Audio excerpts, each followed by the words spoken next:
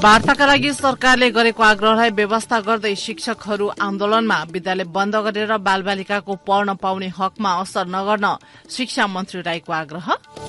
एमालेबाट विद्रोह गरेर बनेको एकीकृत समाजवादीभित्र आन्तरिक विवाद चुलिदो, नेताहरूको कार्यविभाजनलाई लिएर व्यापक असन्तुष्टि। डलरको तुलनामा नेपाली मुद्राको भाव निरन्तर कमजोर बन्दै विनिमय दर 133 रूपियाँ भन्दा माथि। आफ्नो देश विरूद्ध भइरहेको रुसी आक्रमण अन्त्य गर्न विश्वलाई एकजुट हुन युक्रेनका राष्ट्रपति जेलेन्स्कीको आग्रह। र साफ अन्डर 19 फुटबल च्याम्पियनशीपको सम्पूर्ण तयारी पूरा भएको अखिल नेपाल फुटबल संघ एन्फाको भनाई। नमस्कार, कान्तिपुर डायरीका साथमा साथी सुरज र म पार्वता। समाचार अब विस्तारमा। सरकारले वार्तामा बस्न पटक पटक गरेको आग्रहलाई अस्वीकार गर्दै देशभरका शिक्षकहरूले आजदेखि काठमाडौँ केन्द्रित सड़क आन्दोलन गर्ने भएका छन्। संविधान अनुसार शिक्षा विधेयकमा शिक्षकको सरुवा बढुवा, नियुक्ति, कार्य सम्पादन, सेवा सुविधा, नियमन लगायत रेखदेखमा स्थानीय तहको भूमिका रहने व्यवस्थाप्रति असन्तुष्टि जनाउँदै नेपाल शिक्षक महासंघले आन्दोलनको घोषणा गरेको हो। संसदमा दर्ता भएको विद्यालय शिक्षा सम्बन्धी कानूनलाई संशोधन र एकीकरण बनेको विधेयकले शिक्षकलाई पालिकामार्फत राख्ने व्यवस्था गरेको छ। यो व्यवस्थाप्रति असन्तुष्टि जनाउँदै महासंघले शिक्षकका पेशागत सुरक्षा, हक हित र सम्मानको माग राख्दै विद्यालय बन्द गरी आन्दोलन गर्ने जनाएको हो। शिक्षा विज्ञान तथा प्रविधि मन्त्रालयले हिजो 3 बजे शिक्षा मन्त्री अशोक कुमार राईको नेतृत्वमा हुने वार्तामा सहभागी हुन महासंघलाई आग्रह गरेको थियो। महासंघले भने वार्तामा सहभागी नभई हिजो नै केन्द्रीय समिति बैठक राखेर सड़क आन्दोलनलाई सशक्त बनाउने निर्णय गरेको थियो। मन्त्रालयका सहसचिव भगवान अर्यालले सोमबार साँझ विज्ञप्ति जारी गरेर मंगलबारका लागि समय नै तोकेर वार्ताका लागि आह्वान गर्नुभएको थियो। तर महासंघकी अध्यक्ष कमला तुलाधर र महासचिव लक्ष्मी किशोर सुवेदीले तत्काल विज्ञप्ति जारी गरी वार्तामा बस्न अस्वीकार गर्दै शिक्षकहरूलाई आन्दोलनका लागि काठमाडौँ आउन अपील गर्नुभएको थियो। कार्यवाहक प्रधानमन्त्री पूर्णबहादुर खड्का र शिक्षा मन्त्री राईले हिजो शिक्षा दिवस समारोहमा सम्बोधन गर्दै शिक्षकलाई वार्तामाबाट समस्या समाधान गर्न आग्रह गर्नुभएको थियो। खड्काले विधेयकलाई संसदबाट सुधार गरेर उन्नत बनाउने सम्भावना बाँकी नै रहेको बताउनुभयो। उहाँले विद्यार्थीको भविष्यमाथि असर पर्ने भएकाले घोषित आन्दोलन स्थगित गरेर वार्ता र संवाद मार्फत समस्या समाधानका लागि पहल गर्न आह्वान समेत गर्नुभएको थियो। खड्काले सरकारले विधेयकमा शिक्षकहरूको असन्तुष्टि रहेको थाहा पाउने बित्तिकै शिक्षा मन्त्रीको संयोजकत्वमा वार्ता समिति गठन गरी आमन्त्रण गरिएको समेत जानकारी दिनुभयो। यसैबीच स्थानीय तहले पनि सरकारले संसदमा दर्ता गराएको शिक्षा विधेयक मान्य नहुने बताएका छन्। स्थानीय तहका छाता संगठनका रूपमा रहेको गाउँपालिका राष्ट्रिय महासंघ र नेपाल नगरपालिका संघले हिजो विज्ञप्ति जारी गर्दै आफूहरूको अधिकारमा अंकुश लगाउने गरी ल्याउन खोजिएको विद्यालय शिक्षा ऐन मान्य नहुने चेतावनी दिएका हुन्। महासंघका कार्यवाहक अध्यक्ष लक्ष्मण बहादुर शाही र संघका अध्यक्ष नरूलाल चौधरीद्वारा जारी विज्ञप्तिमा भनिएको छ, संविधान र संघीयता विपरीत विद्यालय शिक्षालाई पुनः केन्द्रीकृत गर्ने मनसायले स्थानीय सरकारको अधिकारमा अंकुश लगाउने गरी ल्याउन खोजिएको विद्यालय शिक्षा ऐन स्थानीय सरकारका लागि मान्य नहुने बेहोरा समयमा नै स्पष्ट पार्न चाहन्छौं। विज्ञप्तिमा शिक्षा, स्वास्थ्य लगायतका स्थानीय सरकारका एकल अधिकार र नागरिकका मौलिक हकका विषयमा निर्णय लिइँदा स्थानीय सरकारका संघ, महासंघ र सरकारवालासँग परामर्श नगरी ल्याइने कुनै पनि ऐन नियम मान्य नहुने जनाइएको छ। यसैबीच शिक्षा विज्ञान तथा प्रविधि मन्त्री अशोक कुमार राईले विद्यालय बन्द गरेर बालबालिकाको पढ्न पाउने हकमा असर पुर्याउन नमिल्ने बताउनु भएको छ। सरकारले 8 वर्षसम्म बन्न नसकेको शिक्षा सम्बन्धी विधेयक संसदमा दर्ता गरेको भन्दै त्यसबारे छलफल समेत शुरू हुन नपाउँदै विरोध शुरू भएको मन्त्री राईको भनाइ छ। राष्ट्रिय शिक्षा दिवसको अवसरमा हिजो आयोजित कार्यक्रमलाई सम्बोधन गर्दै मन्त्री राईले शिक्षकले आह्वान गरेको विद्यालय बन्द कार्यक्रमप्रति टिप्पणी गर्दै भन्नुभयो, संसदलाई छलफल गर्न दिएर संसदलाई आफ्ना विषयवस्तुहरू चाहिँ उपयुक्त छन् भन्ने कुरामा सहमत गराएर अनि एउटा राम्रो ऐन जारी गराउन पनि सकिन्थ्यो। उहाँहरूले विद्यालय बन्द गर्ने र काठमाडौँमा जम्मा हुने बाटो अख्तियार गर्नुभयो। तर बालबालिकाहरूको अध्ययन गर्न पाउने, पढ्न पाउने हक तर्फ पनि उहाँहरूले सोचिदिनु भएकै होला भन्ने मेरो विश्वास चाहिँ रहेको छ। संसदमा दर्ता भएको विधेयकका विषयमा पछिल्लो समय शिक्षा क्षेत्रसँग जोडिएका विभिन्न संस्थाले असन्तुष्टि जनाउँदै आएका छन्। नेपाल शिक्षक महासंघले आजदेखि विद्यालयमा पठन पाठन बन्द गरेर काठमाडौँमा विरोध गर्ने घोषणा गरिसकेको छ। विद्यालय शिक्षा सम्बन्धी विधेयक दर्ता भए पनि संसदमा औपचारिक रूपमा टेबल हुन बाँकी रहेको मन्त्री राईले बताउनुभयो। विधेयकका विषयमा देखिएका समस्या र थप गर्नुपर्ने विषयमा छलफल गर्न पत्र पठाएको भन्दै मन्त्री राईले भन्नुभयो।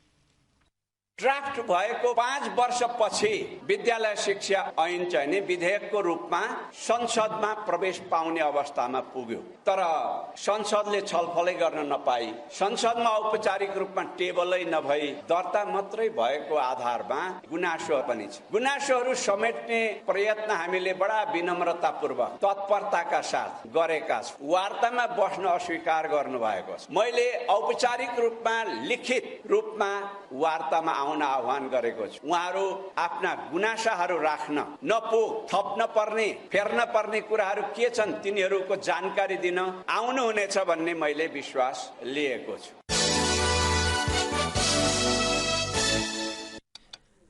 दाइजो नल्याएको भन्दै पत्नीको हत्या गरेको अभियोगमा सुनसरी इनरुवा नगरपालिका 3 का 32 वर्षीय नगेन्द्र भगतलाई प्रहरीले नियन्त्रणमा लिएको छ।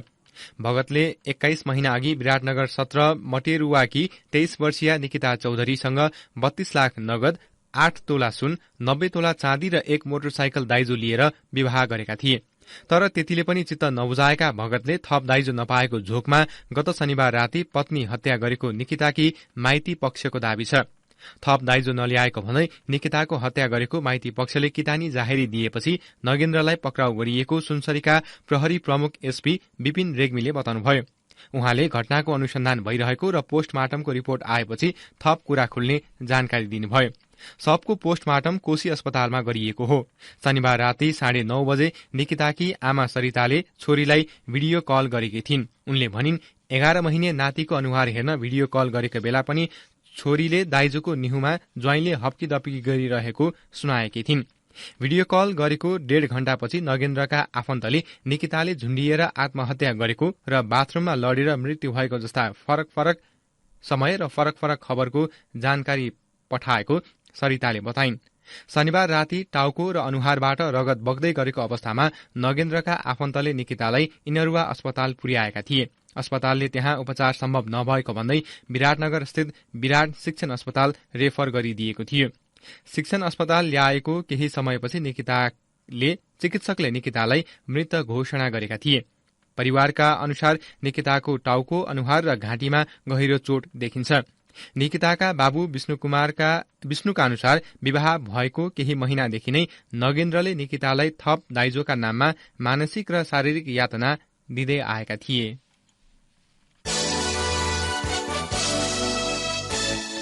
अब कान्तिपुर सविस्तार। कान्तिपुर सविस्तार। नेकपा एमालेबाट विभाजन भएर गठन भएको एकीकृत समाजवादी पार्टीले 2 वर्षको राजनैतिक यात्रा तय गरिसकेको छ। यस अवधिमा संसदीय निर्वाचनबाट जनमत परीक्षण गर्दा होस् या सत्ता घटकको रूपमा रहँदा समाजवादीले एमालेबाट विद्रोहको औचित्य पुष्टि गर्न नसकेको टिप्पणी हुन थालेका छन्। यही अवस्थामा समाजवादीभित्र नेताहरूको जिम्मेवारीलाई लिएर असन्तुष्टि चुलिदो छ। आखिर के कारणले सो पार्टीभित्रको आन्तरिक विवाद बढ्दै गएको हो त? एकीकृत समाजवादीका अध्यक्ष माधव कुमार नेपालले गत बिहीबार अन्तर पार्टी निर्देशन अपानी जारी गर्दै नेताहरूको जिम्मेवारी हेरफेर गरेपछि पार्टीमा असन्तुष्टि चुलिएको हो। केन्द्रीय सचिवालयको 66औं बैठकले कार्य विभाजनमा हेरफेर गर्दा शीर्ष तहका नेताहरूबाटै अपानीलाई लिएर सामाजिक सञ्जालदेखि सार्वजनिक तहसम्म भडास पोख्न थालेका छन्। अपानी अनुसार निर्वाचन क्षेत्रसम्म केन्द्रीय कमिटिका सदस्यलाई इन्चार्ज बनाउने गरी कार्य विभाजन गरिएको छ। यस्तै अध्यक्ष नेपालले पार्टी कामको नेतृत्व गर्ने र महासचिव घनश्याम भूषालले सांगठनिक कामको अनुगमन र मोर्चा संगठनका कामको विशेष अनुगमन गर्ने भनिएको छ।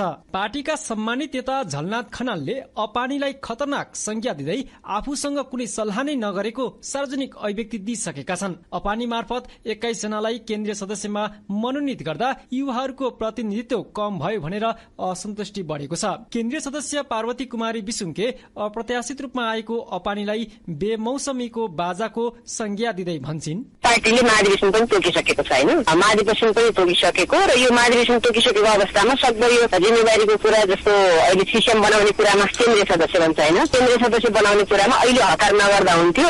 पछि महाधिवेशनले फैसला गर्थ्यो होइन, महाधिवेशनबाटै कसलाई ल्याउनु पर्छ, कसलाई जिम्मेवारी दिनुपर्छ भन्ने कुरा महाधिवेशनले तय गर्थ्यो। तर यो चाहिँ समय अनुकूल भएन कि बेमौसमी निर्णय भयो कि भन्ने खालको गुनासो आम कार्यकर्तामा भयो। पार्टी अपानीमा अनेकौं त्रुटिहरू रहेको भन्दै नेताहरू यसलाई सच्याउन नसके नेतृत्व र पार्टी धराशय बन्न सक्ने बताएका छन्। पोलिट ब्युरो सदस्य एवं समाज कल्याण विभागको प्रमुख जिम्मेवारी पाएकी निरादेवी जैरू कार्यविभाजन हुँदा भएको त्रुटि चिन्ताजनक भएको बताउँछिन्। जिम्मेवारीका हिसाबले नेता कमरेडहरूलाई त्यो भ्याइ नभ्याइ हुने गरी जिम्मेवारी आएको छ होइन, त्यो ठिक होइन भन्ने लाग्छ मलाई। सरसर्ती हेर्दा सामाजिक सञ्जालमै पनि साथीहरूले हालिरहनु भएको छ, यद्यपि त्योभन्दा पहिला पार्टीमा बसेर कुरा गर्नु पर्थ्यो होइन। अब केही व्यक्तिहरूलाई चाहिँ पदै ठेक्न सक्नुहुन्छ कि सक्नुहुन्न उहाँहरूले, त्यस्तो खालले जिम्मेवारी हुन सक्छ। अब कसरी मिस्टेक भयो, संगठन विभाग प्रमुखले होइन, बेदुराम कमरेडले या पार्टी महासचिवले, मलाई लाग्छ यो कसरी मिस्टेक भयो भन्ने चाहिँ एकदम चिन्ताको विषय बनेको छ। पार्टी स्थापना भएको 2 वर्ष बित्न नपाउँदै एकीकृत समाजवादी भित्र विवाद चुलिएको हो। एमालेबाट विभाजित हुँदै माधव नेपालको नेतृत्वमा 58 केन्द्रीय सदस्यलाई समेटेर समाजवादी पार्टी गठन भएको थियो। निर्वाचन आयोगबाट 2078 भदौ 9 गते दलको मान्यता पाएको समाजवादी 1 वर्षपछि नै संसदीय निर्वाचनमा आफूलाई जनतामाझ परीक्षण गर्ने अवसर पायो, तर चुनावी नतिजा उसका लागि फलदायी हुन सकेन। एमालेबाट विद्रोह गरेको औचित्य पुष्टि गर्नुपर्ने चुनौतीका बीच कांग्रेस माओवादी सहितको गठबन्धनमा चुनावमा होमे पनि उसले राष्ट्रिय दलको मान्यता पाउन सकेन। सम्मानित नेता खनालले वैचारिक र सैद्धान्तिक विषयलाई लिएर राखेको फरक मतको प्रसंग सेलाउन नपाउँदै समाजवादी भित्र पार्टी नेताको जिम्मेवारीको विषय विवादमा आएको हो। उसो त पार्टीको नेतृत्वप्रति असन्तुष्टि जनाउँदै पार्टीका थुप्रै नेताहरू एमालेमै फर्किन थालेपछि पार्टी थप संकटमा पर्दै गएको नेताहरूले नै बताउँदै आएका छन्। पार्टी नेतृत्वप्रति असन्तुष्टि जनाउँदै नेता मुकुन्द न्यौपानेदेखि उपाध्यक्ष केदार न्यौपानेले पार्टी परित्याग गर्दा थुप्रै नेताहरू एमालेमा फर्किएका छन्। सरकार र संसदमा जनपक्षीय भूमिका खेल्न नसकेको आरोपका बीच समाजवादी मोर्चाको गठन र अपानीमा नेताहरू बीचको देखिएको मतभेदले एकीकृत समाजवादीलाई अप्ठ्यारोमा पारेको देखिन्छ। विश्लेषक पिताम्बर भण्डारी समाजवादीमा पार्टीको सैद्धान्तिक भन्दा पनि बढी व्यक्ति व्यवस्थापनको मुद्दा नै समस्या भएको बताउँछन्। पछिल्लो समयमा एकीकृत समाजवादीमा जुन खालको विषयहरू बाहिर आइरहेको छ पार्टीभित्रको, त्यसलाई पनि हामीले त्यही कोणबाट हेर्यौं भने व्यक्ति व्यवस्थापनको मुद्दा नै प्राथमिक मुद्दा देखिन्छ। त्यसै कारणले गर्दाखेरि कतिपय नेतृत्वलाई, तिनै तहको कतिपय पार्टीका नेतृत्व, सबै पार्टीका नेतृत्वहरूलाई एक प्रकृतिले हिसाबले हेर्ने हो भने स्रोत कहाँ छ, त्यो स्रोत भनेको केवल प्राकृतिक आर्थिक स्रोत मात्रै होइन, राजनीतिक नेतृत्व विकासका लागि त्यो एउटा जुन खालको सञ्जाल निर्माण गर्नुपर्ने हुन्छ सबै नेतृत्वलाई, त्यो सञ्जाल कहाँ बसेर आफूलाई निर्माण गर्न पाइन्छ र राजनीतिक भविष्य सुनिश्चित गर्न पाइन्छ भन्ने आधारमा आफ्नो पदीय व्यवस्थापनलाई चाहिँ धेरै वकालत गरेको देखिँदाखेरि त्यो विवादहरू सतहमा आएको हो। एकीकृत समाजवादी अहिले सत्ता गठबन्धनमा भए पनि राष्ट्रिय राजनीतिको सन्दर्भमा पार्टीका नेताहरूको फरक धारणा प्रकट भएका छन्। त्यसको एक उदाहरण एमसीसी सम्झौता कार्यान्वयन हो, किनभने एकीकृत समाजवादीले अमेरिकी सहायताको एमसीसी सम्झौता कार्यान्वयनको संसदीय अनुगमन गर्न पार्टी स्तरबाट अनुगमन समिति गठन गर्ने बताएको छ। पार्टी नेतृत्व एकलौटी चल्दा कम्युनिष्ट आन्दोलन नै धराशय भएको तथा यसले राजनीतिक स्थायित्व दिन नसक्ने भन्दै एमालेबाट विद्रोह गरी गठन भएको एकीकृत समाजवादी भित्र देखिएको विवाद कसरी समाधान हुने हो भन्ने प्रश्न उब्जिएको छ। आगामी माघ 14 देखि 18 मा पार्टी महाधिवेशन गर्ने तयारीमा रहेको पार्टीले आन्तरिक विवाद समाधान गर्न नसकेमा थप समस्या झेल्नुपर्ने निश्चित छ। रेडियो कान्तिपुरका लागि खिलनाथ दासपुरिया। कान्तिपुर सविस्तार। कान्तिपुर सविस्तारपछि कान्तिपुर डायरीमा अब ब्रेकको पालो। अब बाँकी प्रसंग। पार्टीको केन्द्रीय कार्यसमिति बैठकको पूर्व सन्ध्यामा नेता शेखर कोइरालाको आह्वानमा नेपाली कांग्रेसका संस्थापन इतर पक्षले छुट्टै बैठक गरेको छ। कोइरालाको सम्पर्क कार्यालयमा हिजो सो पक्षले आफू पक्षधर पदाधिकारी र केन्द्रीय सदस्यसँग छलफल गरेको हो। संस्थापन इतर पक्षले केन्द्रीय कार्यसमिति बैठकमा उठाउने विषयबारे छलफल गरेको बताइएको छ। बैठकपछि नेता दिलेन्द्र प्रसाद बडुले आगामी महाधिवेशनको तयारी लगायत विषयबारे छलफल भएको बताउनुभयो। समयमा हाम्रो 15औं अधिवेशन सुरु गर्नुपर्ने हुन्छ। त्यसका निमित्त पनि हामीले आवश्यक तयारी, क्रियाशील सदस्यताको वितरणको कुरा र त्यसको अध्यावधिक रेकर्डहरू के छ त्यसलाई पनि हेर्ने विषय तयारी गरिराख्नुपर्ने हुन्छ र पछिल्लो कार्यसमितिबाट पास गरिसकेका छ एउटा कार्यतालिका र कार्ययोजना, त्यसको समीक्षा हुनु पर्यो। त्यो कति कार्यान्वयन भयो, कति भएन, के कमी रह्यो र त्यसलाई कसरी सुधारेर जाने भोलिका दिनमा, यो नै मेन विषय त्यो नै। संस्थापन इतर पक्षको बैठकमा महामन्त्री गगन थापा, सहमहामन्त्री जीवन परियार, बद्री पाण्डे लगायत पदाधिकारी र केन्द्रीय सदस्यहरू सहभागी भएका थिए। नेता बडुले आगामी केन्द्रीय कार्यसमिति बैठकमा सरकारको काम कारबाहीबारे समीक्षा गर्नुपर्ने पक्षमा आफूहरू भएको बताउनुभयो। सरकारको मन्त्रालय वाइज पनि सरकारको समग्र पनि समीक्षा होला, उहाँहरूलाई अझै राम्रो काम गर्नुपर्ने भएको छ। धेरै सन्तोष भइहाल्ने स्थिति छैन। त्यसकारणले सरकार अझ प्रभावी ढंगले अझ जनताको सरोकारलाई मुख्य ध्यानमा राखेर काम गर्नुपर्छ भन्ने कुरा महसुस भएकै छ। मलाई लाग्छ त्यसको समीक्षा पनि हाम्रो कार्यसमितिको सहभागी रूपले प्रवेश गर्छ। संस्थापन इतर पक्षले महामन्त्री विश्व प्रकाश शर्मा र केन्द्रीय सदस्य प्रदीप पौडेललाई बैठकमा बोलाए पनि उहाँहरू सहभागी हुनु भएन। केन्द्रीय सदस्य मिनेन्द्र रिजाल भने बैठकमा जानुभएको थियो।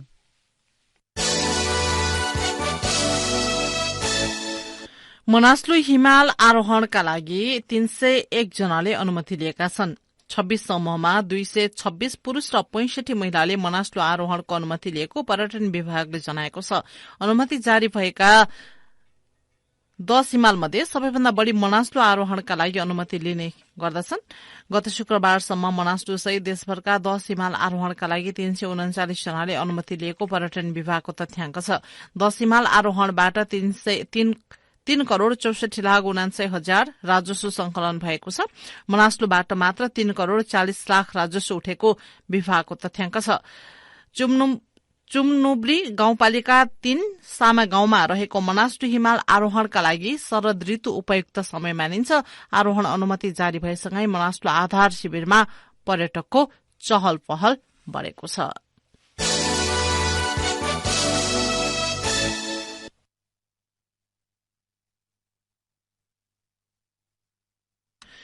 कान्तिपुर डायरीमा पुनः ब्रेकको पालो। अब आर्थिक प्रसंग। पछिल्ला दिनहरूमा अमेरिकी डलरको तुलनामा नेपाली मुद्राको भाव निरन्तर कमजोर बन्दै गएको छ।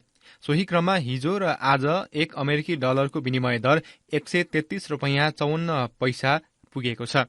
नेपाल राष्ट्र बैंकले हिजो र आजका लागि तोकेको अमेरिकी डलरको खरिद दर 132 रुपैयाँ 94 पैसा रहेको छ। यो हालसम्मकै उच्च हो। केही महिना अघिसम्म स्थिर रहेको अमेरिकी डलरको भाव गत साउन दोस्रो सातातिर बढ्न शुरू गरेको थियो। सोही क्रममा गत भदौ 1 मा डलरको भाव बढेर 133 रुपैयाँ 34 पैसा पुगेको थियो। त्यसपछिका 2 साता डलरको भाव 133 रुपैयाँ वरिपरि नै थियो। तर भदौ 22 पछि डलरको भाव निरन्तर बढ्न थालेको हो। पछिल्ला दिनमा विश्व बजारमा डलरको माग बढेपछि भाव पनि निरन्तर वृद्धि हुन थालेको हो। खास गरी अमेरिकाको फेडरल रिजर्भ बैंकले फेरि ब्याजदर बढाउने चर्चा चलेसँगै विश्वका लगानीकर्ताले डलरको माग बढाउँदा मजबुत बनेको भारतीय सञ्चार माध्यमले जनाएका छन्। त्यस्तै रोइटर्सले मंगलबार डलरको भाव पछिल्लो 6 महिना यताकै उच्च बिन्दुमा पुगेको बताएको छ। 2023 अगस्तमा अमेरिकी अर्थतन्त्रका सूचक अनुमान गरिए भन्दा बढ़ी बलिया भएका छन्। सोही अवधिमा खुद्रा व्यापार अनुमान गरिए भन्दा धेरै बढ़ेको छ भने बेरोजगारी अनुमान गरिए भन्दा कम छ। ब्याजदर बढ्दा विश्वका लगानीकर्ता अमेरिकामा लगानीका लागि आकर्षित हुन्छन्। यसले स्वतः डलरको माग बढ्छ। त्यसैले पनि अब अन्तर्राष्ट्रिय प्रसंग। संयुक्त राष्ट्रसंघ महासभाको सबैभन्दा महत्वपूर्ण क्षण मानिने उच्चस्तरीय छलफल न्यूयोर्क स्थित संघको मुख्यालयमा शुरू भएको छ। उच्चस्तरीय छलफल 1 सातासम्म चल्छ। महासभामा यूएनका 193 सदस्य मुलुक तथा आमन्त्रित मुलुक प्यालेस्टाइन र भ्याटिकन सिटी सहितका राष्ट्र प्रमुख, सरकार प्रमुख वा सरकारका तर्फबाट मन्त्री स्तरीय तहमा सहभागिता छ। यूएनको 78औं महासभाको उद्घाटन 5 सेप्टेम्बरमै भए पनि उच्चस्तरीय छलफल हिजोबाट शुरू भएको हो। उच्चस्तरीय छलफलको शुरूआत महासचिव एन्टोनियो गुटेरेसले गर्नुभएको हो। यसैबीच युक्रेनका राष्ट्रपति भ्लोदिमिर जेलेन्स्कीले आफ्नो देश विरूद्ध भइरहेको रूसी आक्रमण अन्त्य गर्न विश्वलाई एकजुट हुन आग्रह गर्नुभएको छ। संयुक्त राष्ट्र महासभालाई सम्बोधन गर्दै राष्ट्रपति जेलेन्स्कीले युक्रेन विरूद्धको आक्रमण अन्त्यका लागि आग्रह गर्नुभएको अन्तर्राष्ट्रिय संचार माध्यमले जनाएका छन्। उहाँले आणविक हतियारयुक्त मस्कोले विश्वलाई अन्तिम युद्धमा धकेल्न खोजेको आरोप लगाउनु भएको छ। रूसले खानादेखि ऊर्जासम्म सबै हतियार बनाएको उहाँको आरोप छ। महासभामा रुसको आक्रमणको व्यापक निन्दा भएको छ। रुसलाई आणविक हतियार राख्ने अधिकार नभएको राष्ट्रपति जेलेन्स्कीले उल्लेख गर्नुभयो। मस्कोले युक्रेनी बालबालिकालाई अपहरण गरेर नरसंहार गरेको पनि उहाँले आरोप लगाउनु भएको छ। गत मार्चमा अन्तर्राष्ट्रिय फौजदारी अदालत आईसीसीले रुसी राष्ट्रपति भ्लादिमिर पुटिनलाई युक्रेनी बालबालिकालाई अवैध रूपमा रुस पठाएको आरोपमा पक्राउ पूर्जी जारी गरेको थियो। अब खेल प्रसंग। ट्रायथलन खेलकुदमा कठिन मानिने विधा हो। यो खेलभित्र 3 फरक खेल पौडी, साइक्लिङ र दौड़मा प्रतिस्पर्धा गर्नुपर्ने हुन्छ। चीनमा 4 दिनपछि औपचारिक रूपमा शुरू हुने एशियन गेम्समा नेपालका 4 खेलाड़ीले ट्रायथलनमा प्रतिस्पर्धा गर्दैछन्। एक रिपोर्ट।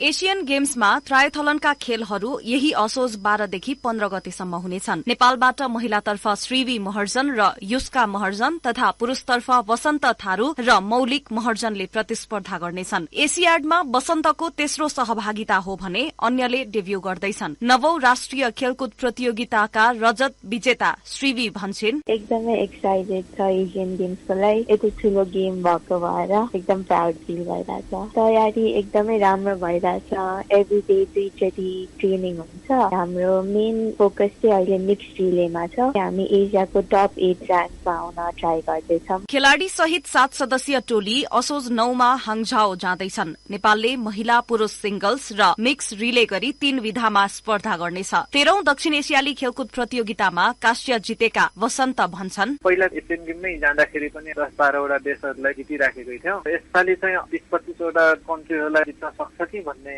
आशामा छ। 45 वटै देशले मेडल जित्ने त पक्कै पनि होइन। मेडल नजिते भने हाम्रो एसियन र्याङ्किङमा कति नम्बरसम्म आउँछौँ, हामी कतिवटा देशलाई जित्न सक्छौँ भन्ने कुरो पनि एउटा इम्पोर्टेन्ट हो हाम्रो लागि। वसन्तले 9औं राष्ट्रिय खेलकुद प्रतियोगितामा स्वर्ण हात पार्दा मौलिकले काश्य जितेका थिए। संघले आफ्नै पहलमा गत वर्षबाटै खेलाड़ीलाई एसियाडका लागि तयार पारिरहेको महासचिव युवराज सुनवार बताउँछन्। परिषदले एसियाडको तयारीका लागि दिएको समयावधि अपुग भएको उनको भनाइ छ। सुनवार भन्छन्, 4 दिने पदक आशा त एकदम न्यून नै छ, तर फेरि हेर्दाखेरि हामीले रिले टिममा 2-4 वटा राखेर पछाडि नै थाल्छौँ। पोजिसनमा हाम्रो र्याङ्किङ माथि ल्याउनलाई कोसिस गरिरहेका छौँ। र्याङ्किङ राम्रो हुँदै गयो भने भोलि ओलम्पिकको लागि पनि राम्रो हुँदै जान्छ। ट्रायथलन सन् 2006 मा थाइल्याण्डमा भएको 6औं संस्करणको एशियन गेम्समा समावेश गरिएको हो। नेपालले भने दक्षिण कोरियामा सन् 2014 मा भएको 17औं संस्करणबाट मात्रै यसमा सहभागिता जनायो। नेपालले ट्रायथलनबाट 13औं सागमा पहिलो पटक स्वर्ण जित्यो। सोनी गुरुङको नाममा रहेको सो स्वर्ण नेपाली ट्रायथलनको ऐतिहासिक उपलब्धि हो। अघिल्ला 2 संस्करण सन्तोषजनक नतिजा हात पार्न नसकेको नेपालले यस पटक पदकको आशा राखेको छ। रेडियो कान्तिपुरका लागि पूजनी श्रेष्ठ।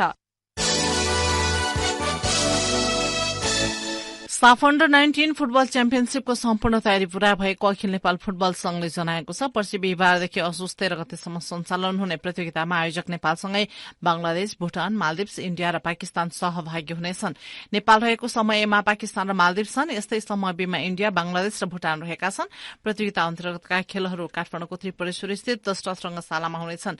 नेपालले उद्घाटन खेलमा पाकिस्तानसँग खेल्नेछ। यसैबीच प्रतियोगितामा सहभागिता जनाउन भूटानी टोली नेपाल आइपुगेका छन्। अब मौसम सम्बन्धी जानकारी। काठमाडौँ उपत्यका लगायत देशभर मौसम आंशिकदेखि सामान्य बदली रहने मौसम पूर्वानुमान महाशाखाले जनाएको छ।